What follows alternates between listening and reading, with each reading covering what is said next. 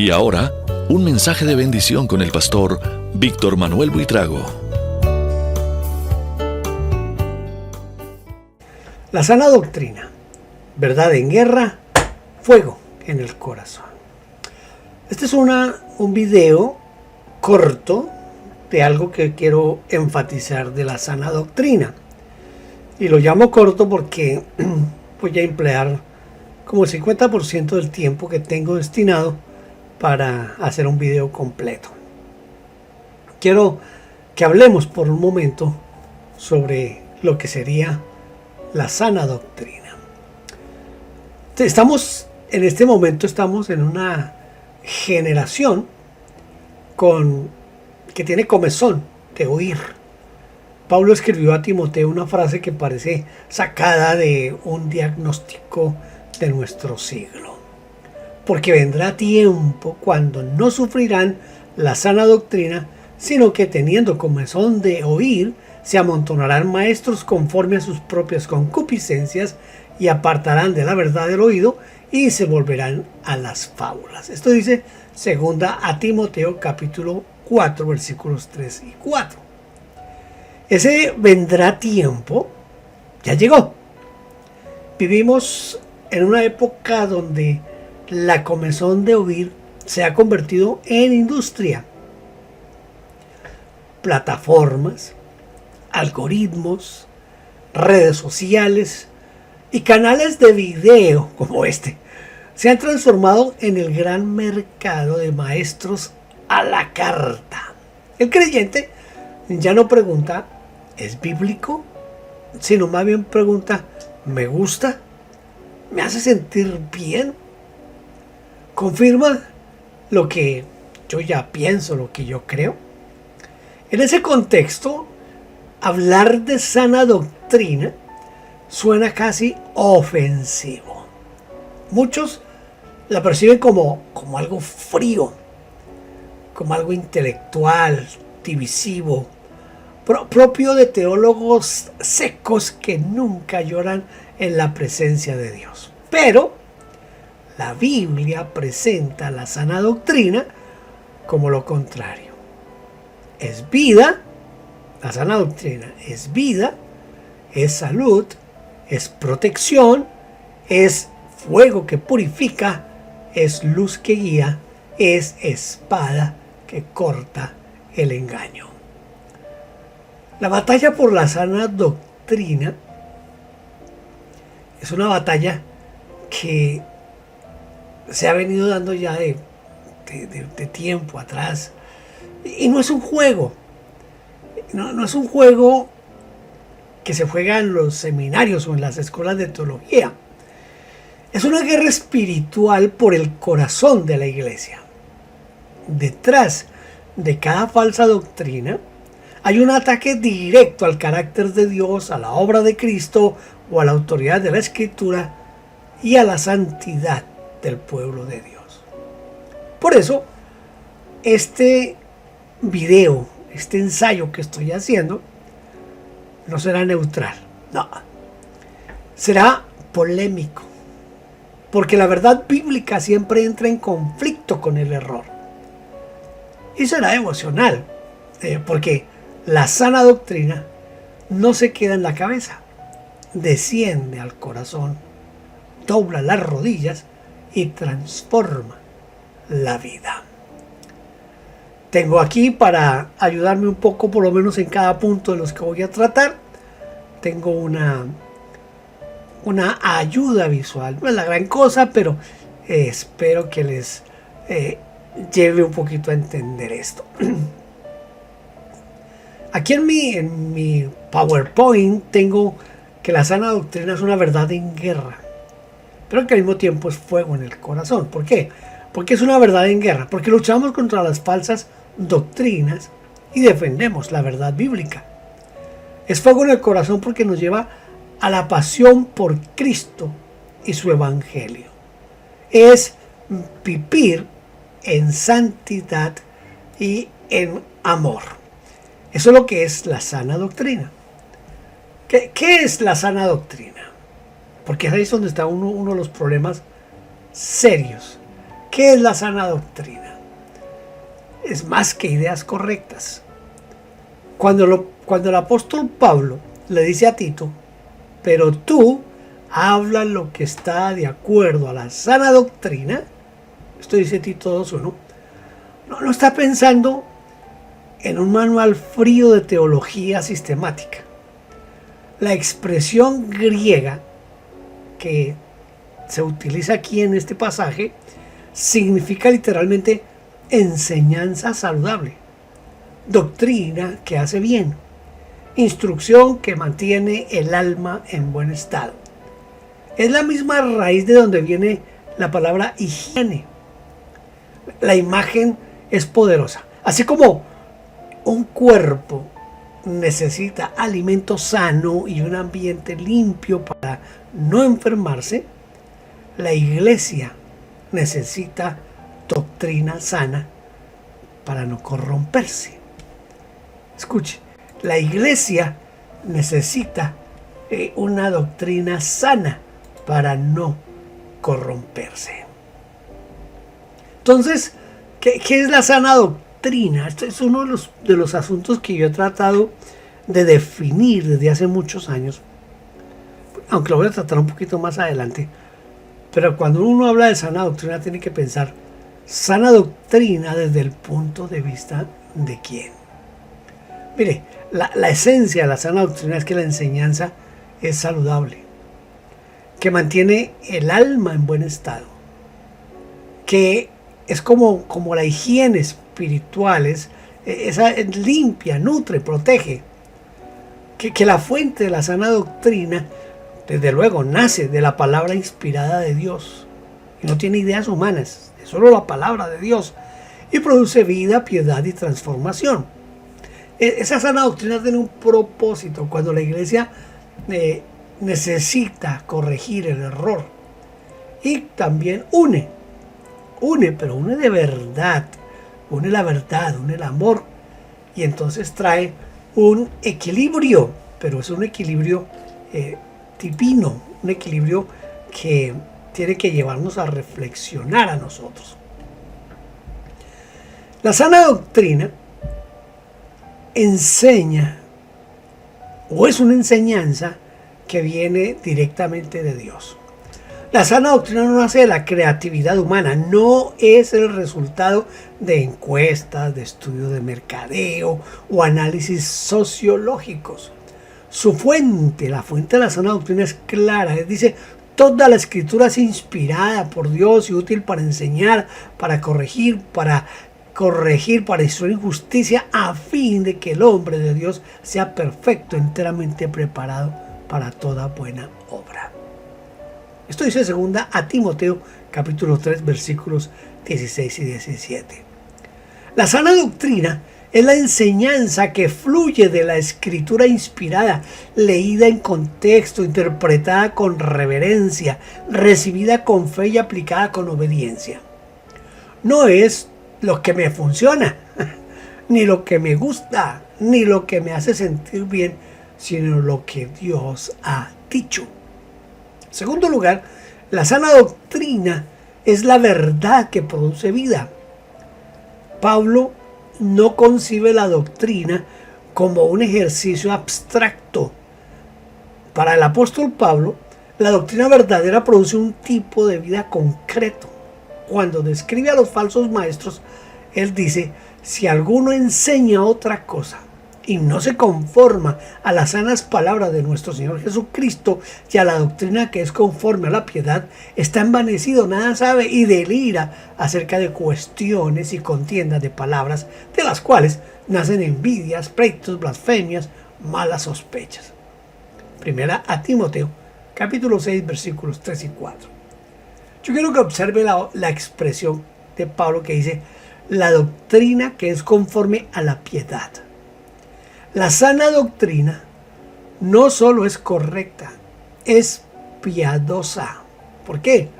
Porque produce amor, fe sincera, buena conciencia, dominio propio, buenas obras, humildad, temor de Dios. En cambio, la falsa doctrina produce orgullo, contiendas, libertinaje, confusión y finalmente apostasía. Por eso, cuando alguien dice la doctrina no importa, lo importante es el amor, ya está mostrando que su doctrina se enferma, porque la Biblia enseña que el verdadero amor nace de la verdad. Hay que leer primero los Corintios 13 para entender esto. En tercer lugar, la sana doctrina es la verdad que combate el error. La sana doctrina no es neutral. Escuche, no es neutral. No se limita a exponer lo correcto, también denuncia lo falso. Pablo le dice a Tito, porque hay aún muchos contumaces habladores de vanidades y engañadores, mayormente los de la circuncisión, a los cuales es preciso tapar la boca, que trastornan casas enteras, enseñando por ganancia deshonesta lo que no conviene.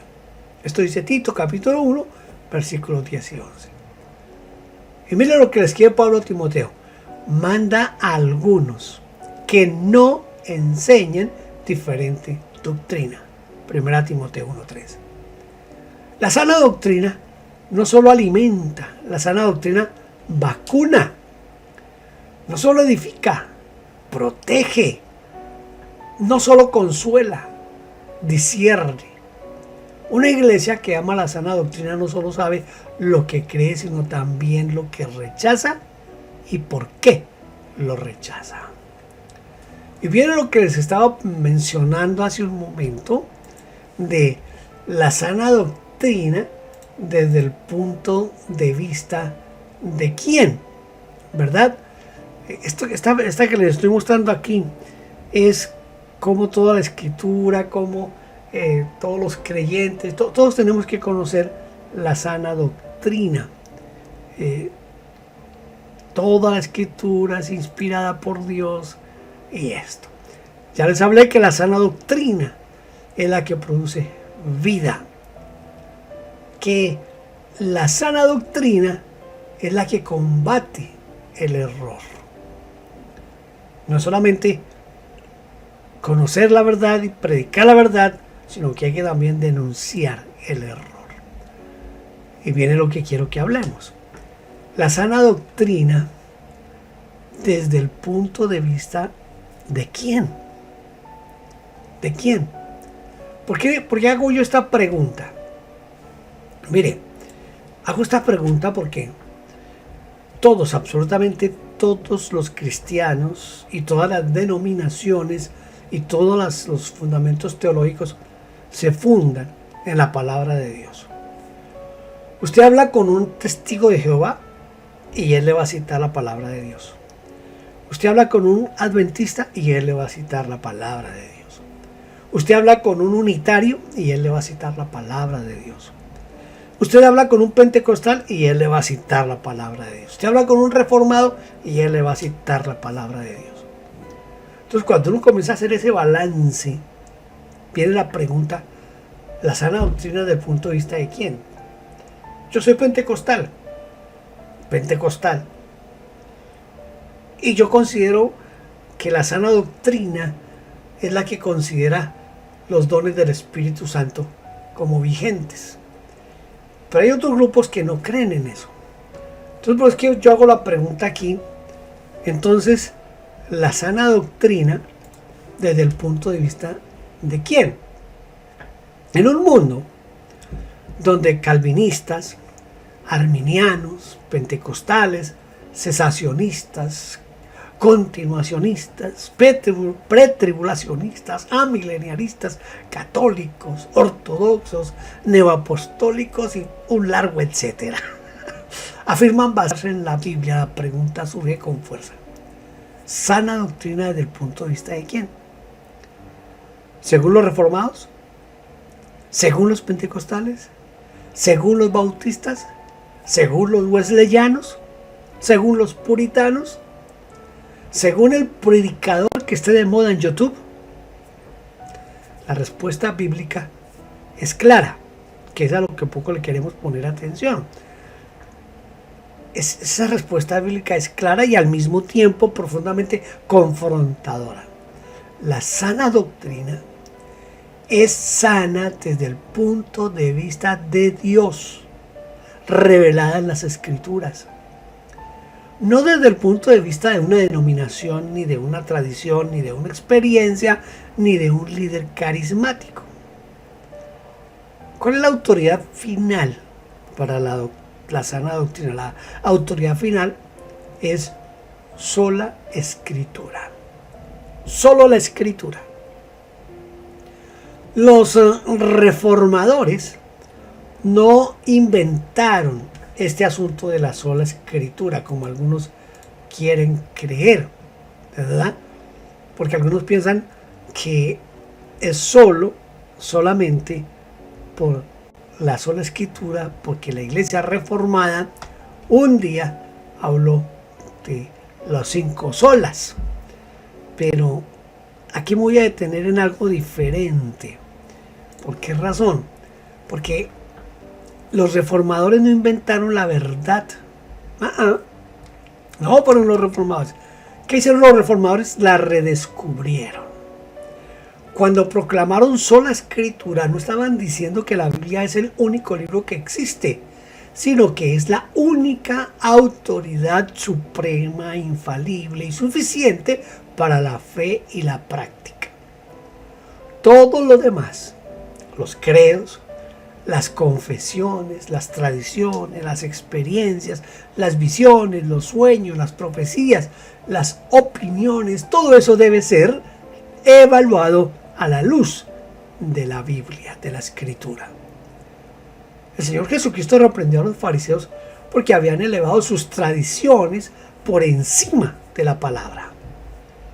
Así habéis invalidado el mandamiento de Dios por vuestra tradición, les dice en Mateo 15:6. Hoy el peligro es doble. Algunos invalidan la palabra por experiencias carismáticas, supuestas revelaciones, o a veces por profecías, por sueños, por decretos. Secreta.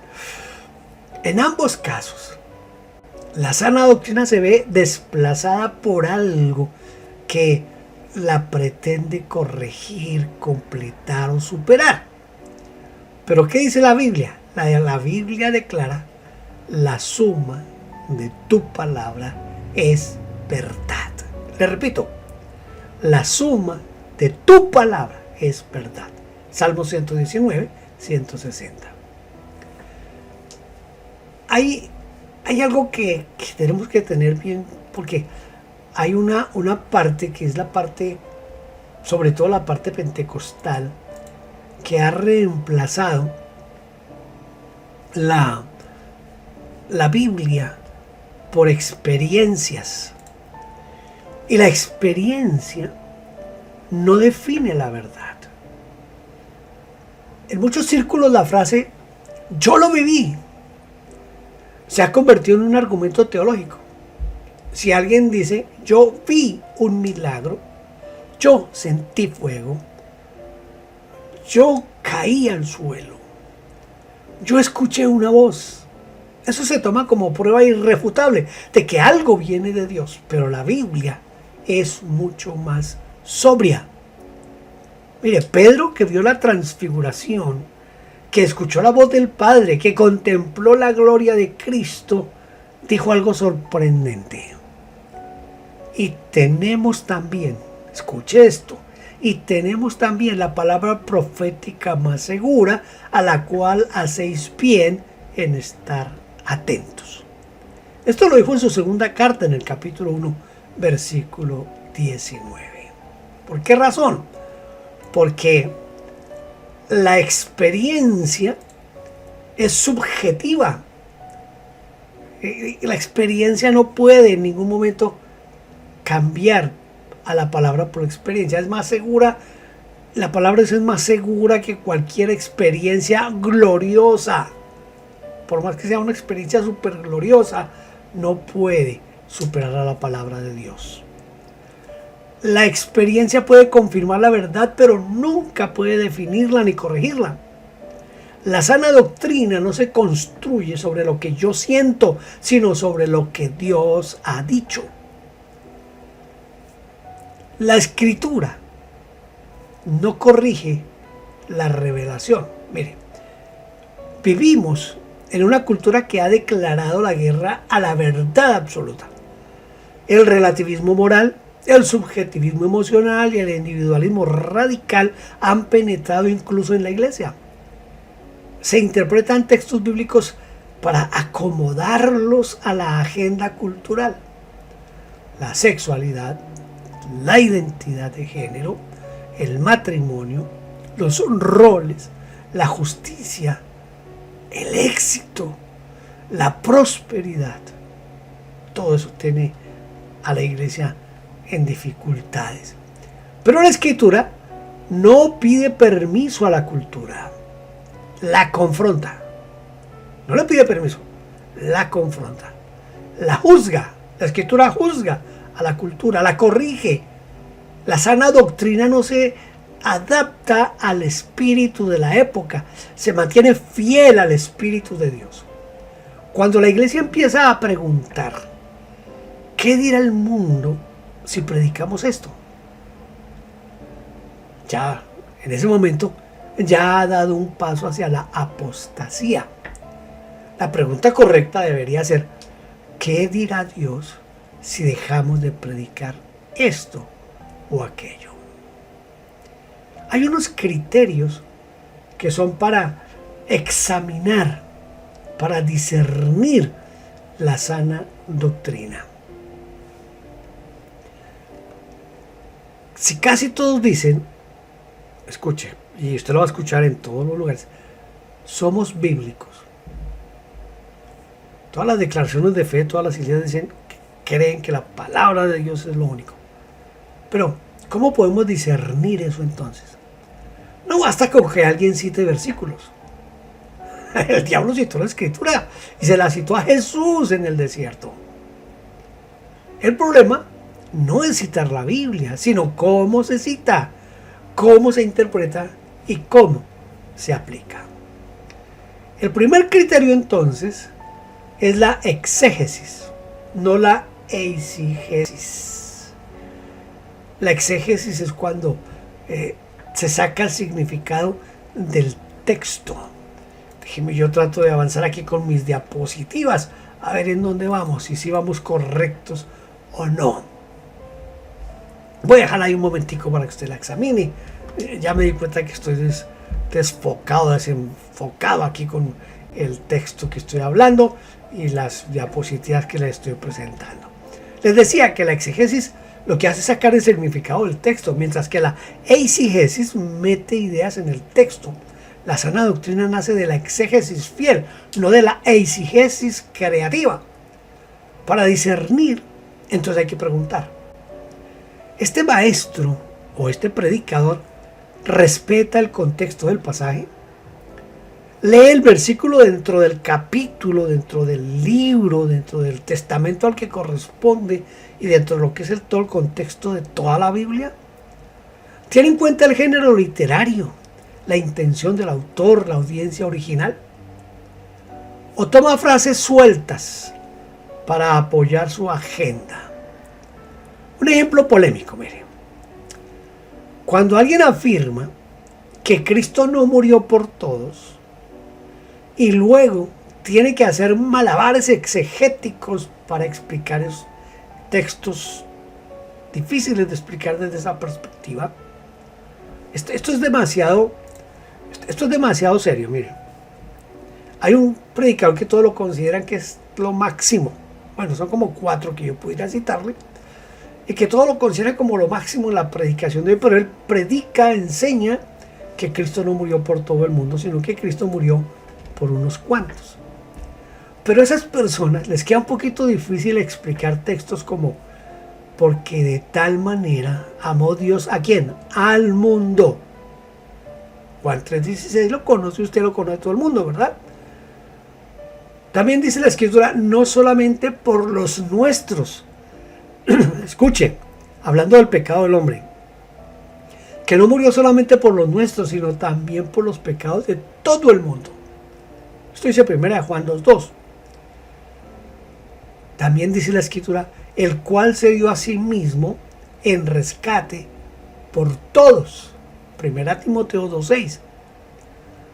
No queriendo que ninguno perezca, sino que todos procedan al arrepentimiento. 2 de Pedro 3:9.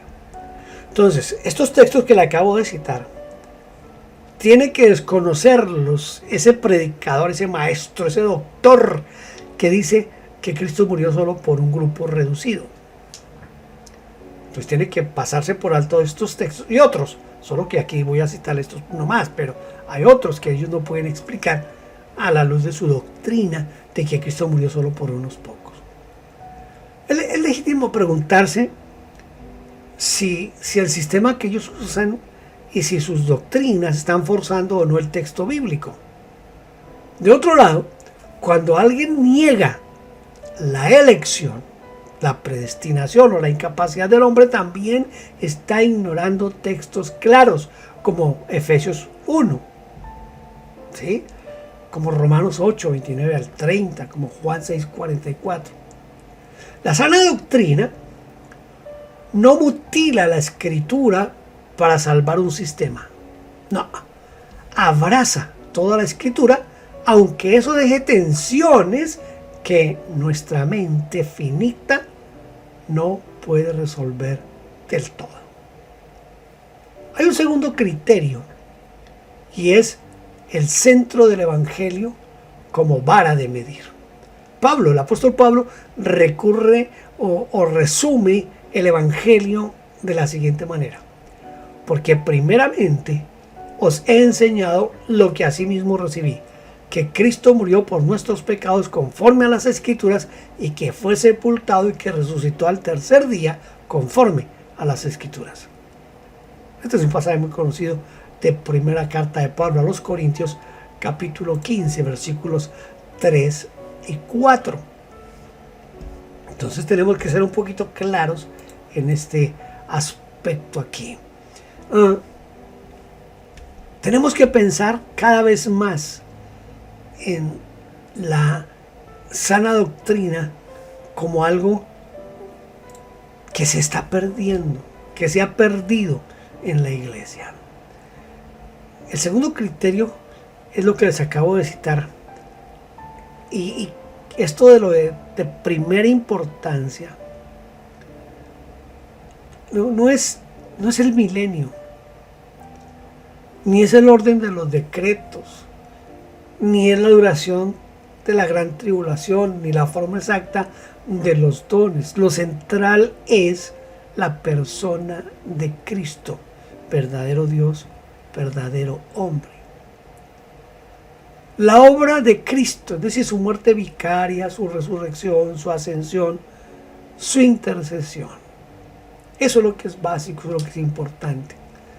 La gracia de Dios, la justificación por la fe, eso es importantísimo, esa parte, la justificación por la fe, el llamado al arrepentimiento y a la santidad.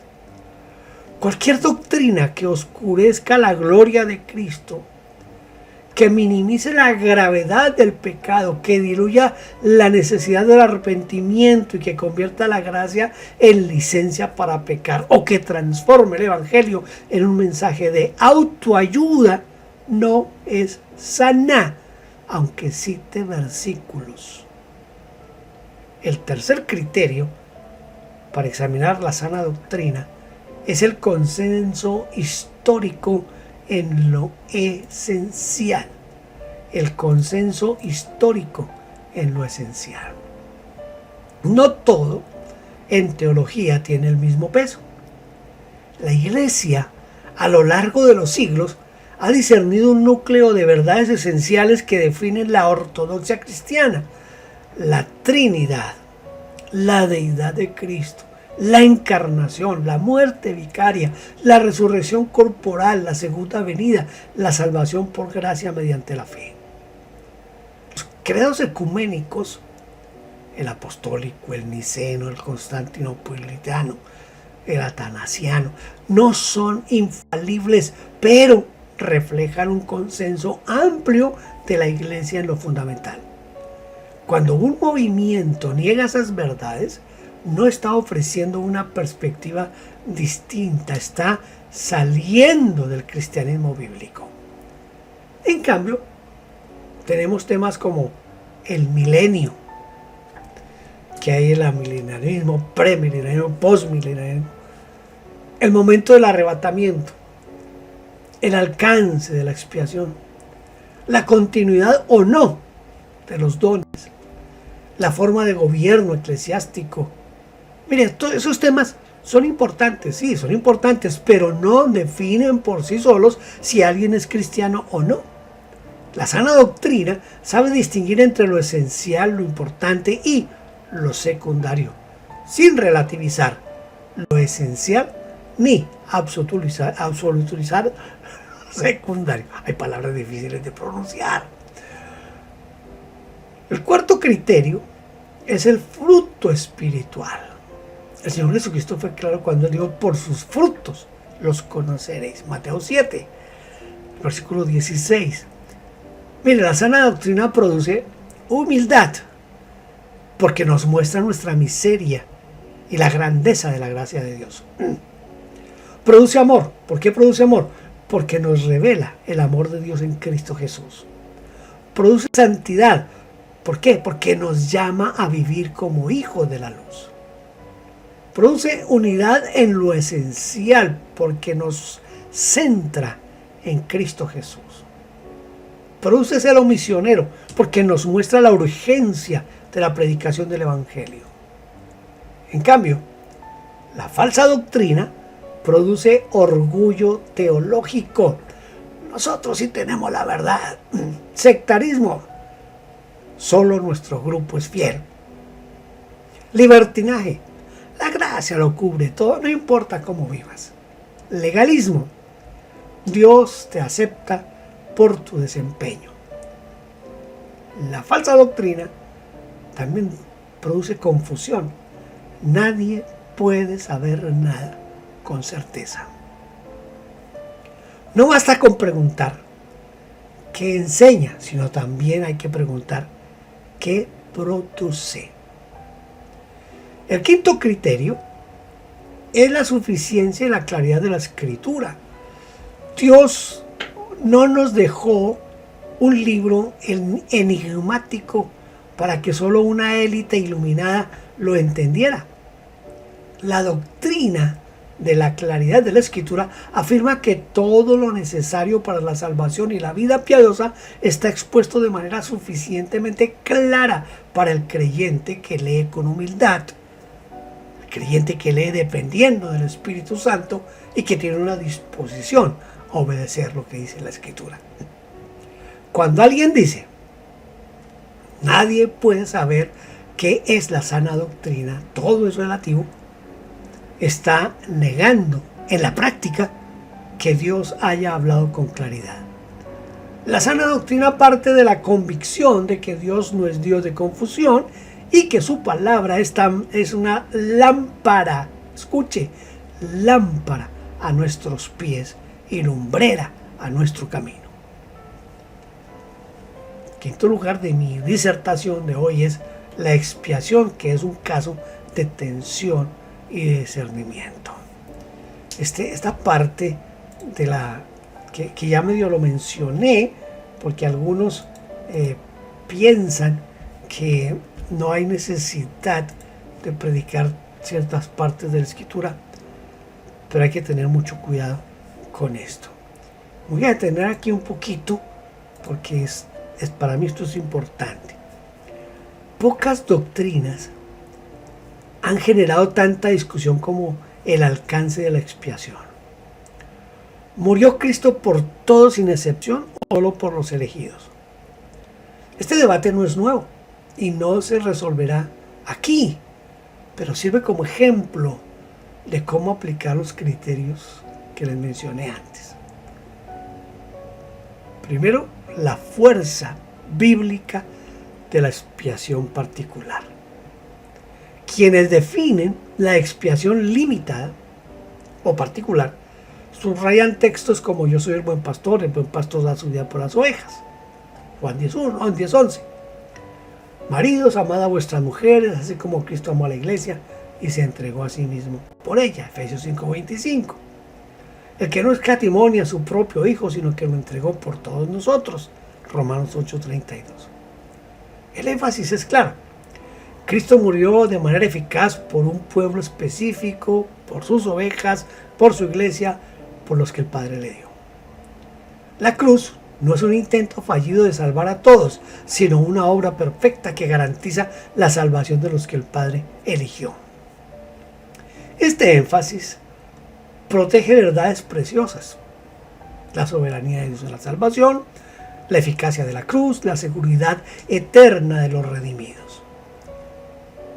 Pero segundo, la fuerza bíblica de la provisión universal.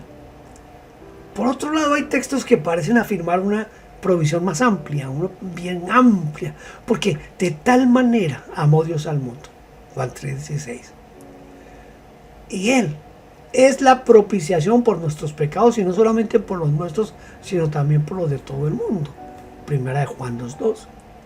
El cual se dio a sí mismo en rescate por todos.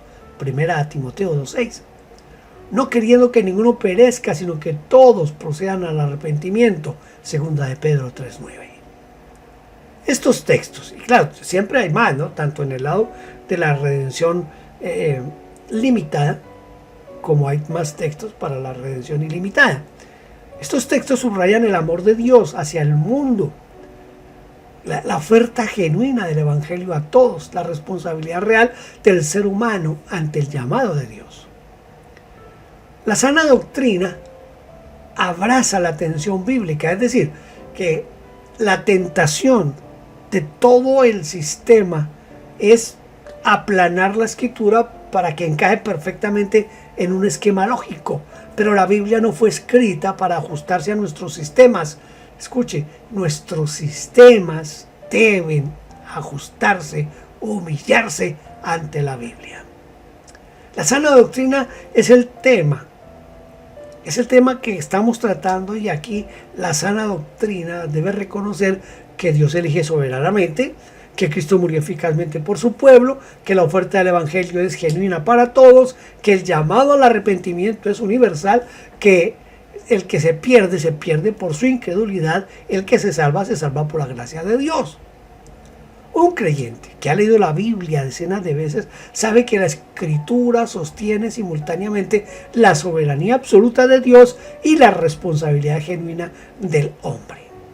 La sana doctrina no niega ninguno de los dos énfasis, aunque no logre resolverlos en un sistema perfecto.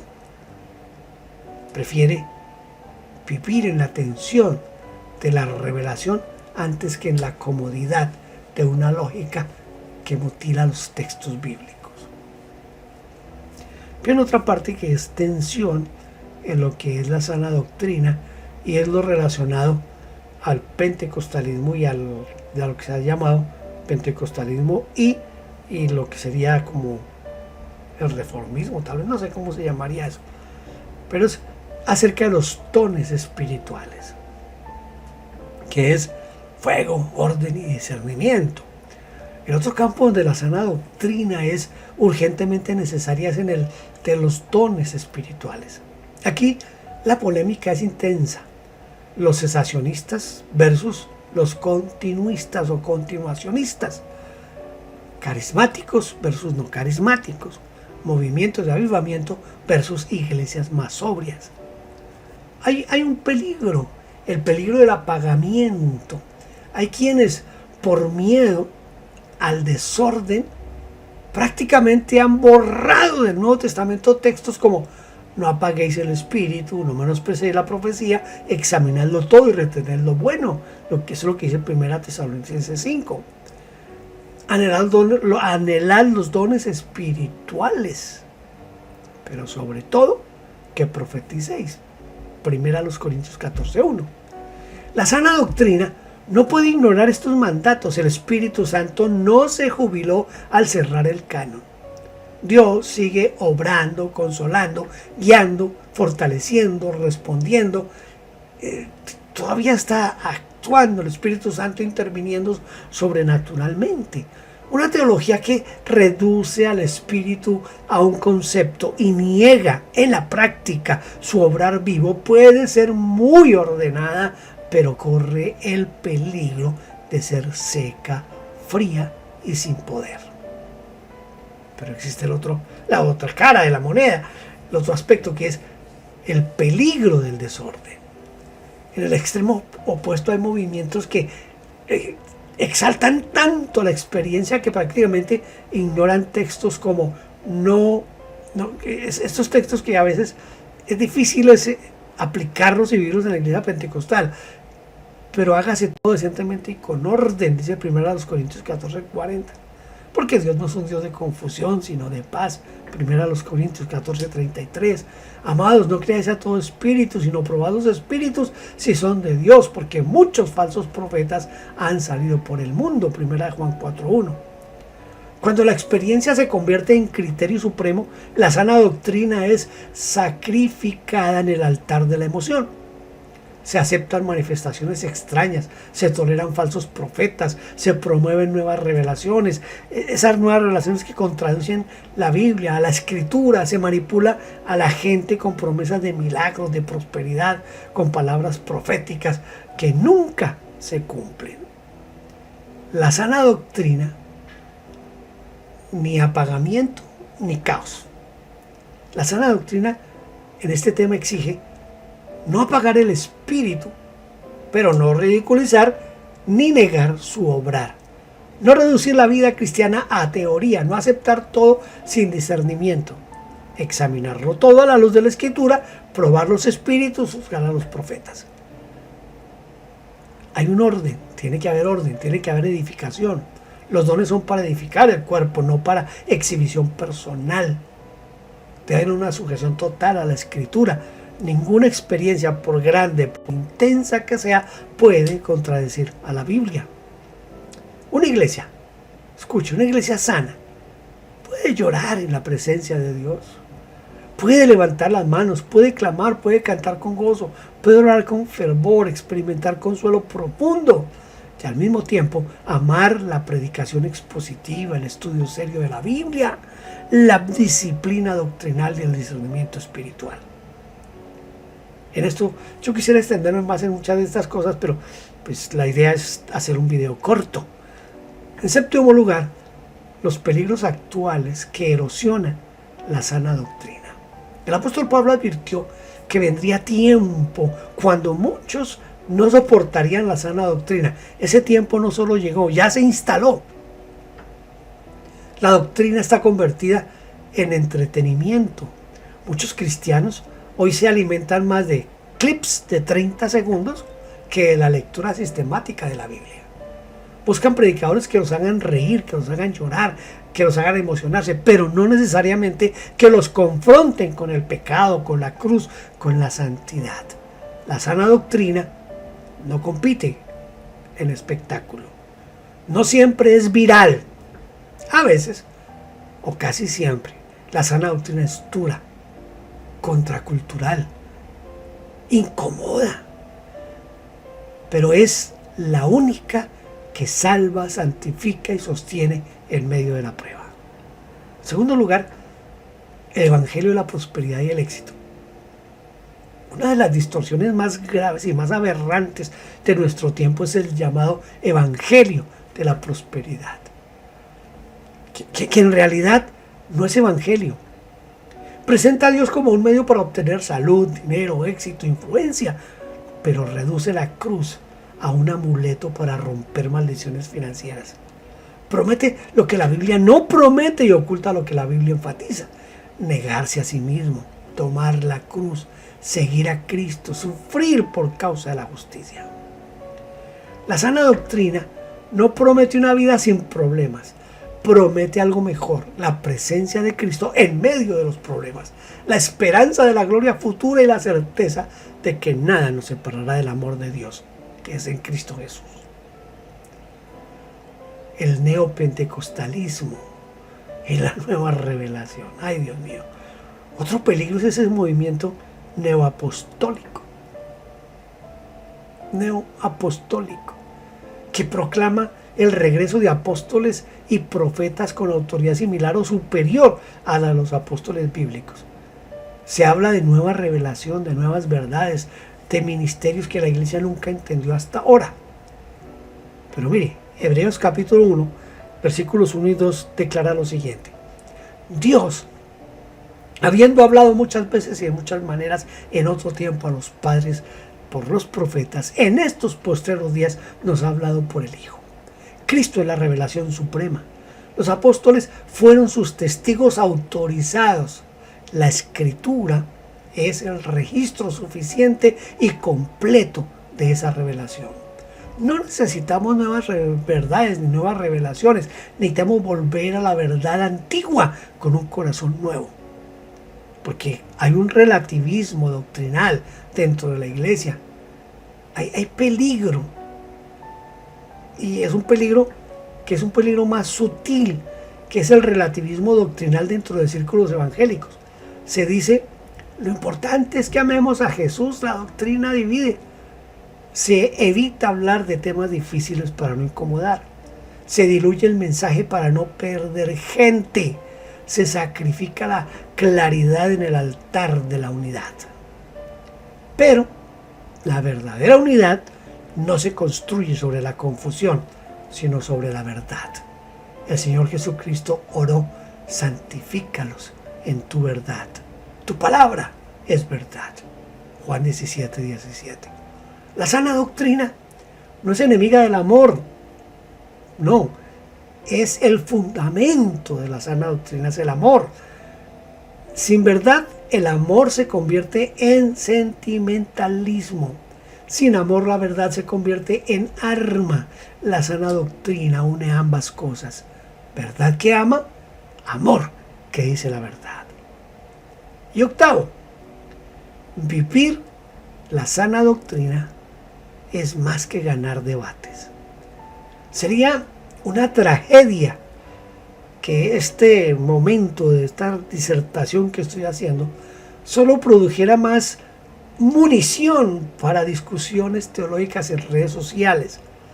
La sana doctrina no fue dada para inflar el ego, sino para doblar las rodillas. Pablo, después de exponer doctrinas profundas en Romanos 1 al 11, no termina diciendo qué sistema tan perfecto he construido. No, él dice, oh profundidad de la riqueza, de la sabiduría y de la ciencia de Dios, cuán insondables son sus juicios e inescrutables sus caminos. Romanos 11:33. La sana doctrina lleva a la adoración, no a la arrogancia. Un corazón que realmente ha entendido la gracia no puede mirar por encima del hombro a otros, aunque crea que están equivocados en ciertos puntos. Defenderá la verdad, sí, la va a defender, pero con lágrimas, con humildad, con amor. Mire, la sana doctrina tiene que empezar en la casa, en el hogar. La sana doctrina no se queda solo en el púlpito, debe entrar en la sala, en la cocina, en la habitación. Un padre que entiende la gracia tratará a sus hijos con firmeza y ternura. Un esposo que entiende el amor de Cristo por la iglesia amará sacrificialmente a su esposa. Una esposa que entiende la sumisión de Cristo al Padre vivirá un rol con dignidad y gozo. La sana doctrina se ve en cómo hablamos, cómo perdonamos, cómo reaccionamos cuando nos ofenden. La sana doctrina en la iglesia local, una iglesia que ama, escuche, una iglesia que ama la sana doctrina, predica la Biblia expositivamente. Canta himnos y cánticos centrados en Cristo, no en el ego humano. Disciplina el pecado con amor y firmeza. Cuida a los débiles. Forma ancianos aptos para enseñar y refutar. No se deja llevar por modas teológicas. Una iglesia que ama la sana doctrina ora con fervor, sirve con humildad, evangeliza con claridad. No será perfecta, pero será sana. Y una iglesia sana, aunque sea pequeña, glorifica más a Dios que un movimiento gigantesco construido sobre arena doctrinal. La sana doctrina en el corazón, en el corazón. Al final la pregunta no es solo qué enseña mi iglesia, sino qué creo yo realmente. No basta con tener una declaración doctrinal correcta en la página web de la iglesia. La sana doctrina debe habitar en el corazón. ¿Crees realmente que eres un pecador incapaz de salvarte a ti mismo? ¿Crees realmente que Cristo es tu única esperanza? ¿Crees realmente que la Biblia es la palabra de Dios y no un libro más? ¿Crees realmente que el Espíritu Santo vive en ti? ¿Crees realmente que un día estarás delante del trono de Dios? Si lo crees, tu vida no puede seguir igual. La sana doctrina te llevará a confesar tu pecado, a abrazar la cruz, a renunciar a los ídolos, a buscar la santidad, a amar la iglesia y a anhelar la venida de Cristo. Concluyo. Es una defensa polémica. Es una invitación devocional lo que estoy haciendo. La sana doctrina no es un lujo para teólogos, es una necesidad para cada creyente. En tiempos de confusión, de relativismo, de espectáculo religioso, de falsas enseñanzas, Dios sigue levantando voces como la del apóstol Pablo, como Tito, como Timoteo, como tantos fieles a lo largo de la historia que dicen: pero tú habla lo que está de acuerdo con la sana doctrina.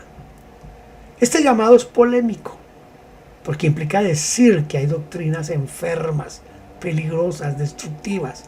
Implica discernir, juzgar, rechazar, confrontar, pero también es profundamente devocional porque la sana doctrina nos lleva a los pies de Cristo, nos muestra la belleza de su evangelio, nos llama a vivir para su gloria.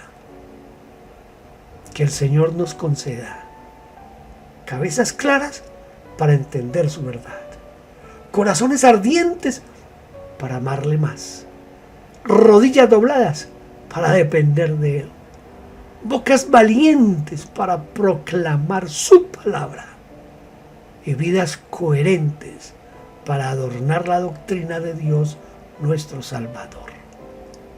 Espero que este tiempo que he empleado aquí tratando de hablar de la sana doctrina le ayude a usted a dilucidar un poquito sobre esto. Deseo que Dios le continúe bendiciendo en todo. Hasta una próxima.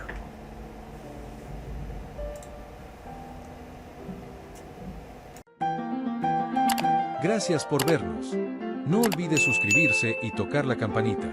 Toda la gloria sea para Dios.